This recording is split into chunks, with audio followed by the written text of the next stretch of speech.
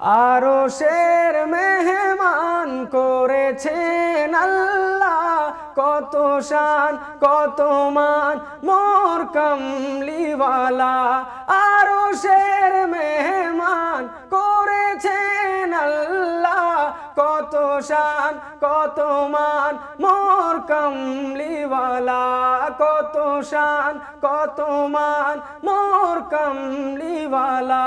এই নাশিদটাও যে আপনার, এই যে আমিও তো আজকে প্রথম জানলাম, তো আপনার গান মানুষ কেড়ে নিচ্ছে কেন? সেটা আমি বলতে পারি না। মেন কথা হয়তো মানুষের হৃদয় কেড়ে নেওয়ার কারণেই মানুষ আপলোড করে। বাট এটা যে নাশিদটা ভাইরাল হয়েছে, মানে যে ক্লিপটা ভাইরাল হয়েছে সেটা হচ্ছে লিরিক্যাল ভিডিও।